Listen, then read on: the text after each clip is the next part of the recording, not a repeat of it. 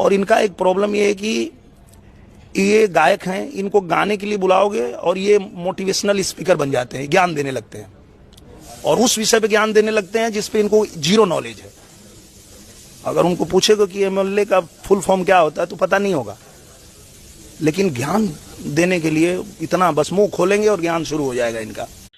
हाँ दिनेश भैया एकदम सही कहता रहो। का करबो मर्दावा फेंकेला थोड़ा जा दे, काहे से 8वां फेल बानो, यही से मागी हमहू तो 7वें फेल है, मागी हम लोग के कान काटिला।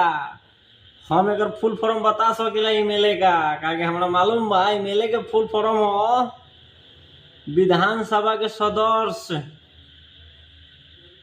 एमे कोनो ज्यादा भारी बात न हो, मागिर केहू 8वें तक ले पढ़ले हुई तो उनका का बात ले ले बारा। आ हमर तो बातें छोड़ो, हम 7वें तक ले पढ़ली, 7वें तक ले हम पास भेली कि न भेल बानी वो पता नहीं के। क्योंकि हमारा गांव के स्कूल में ढेर बगीचा रहले, हम दिन भर वैसा आ जाए बगीचे में बकरी बोका के भगावे में। क्या देखना पड़ रहा है? अच्छा है मैं अंधा हूँ।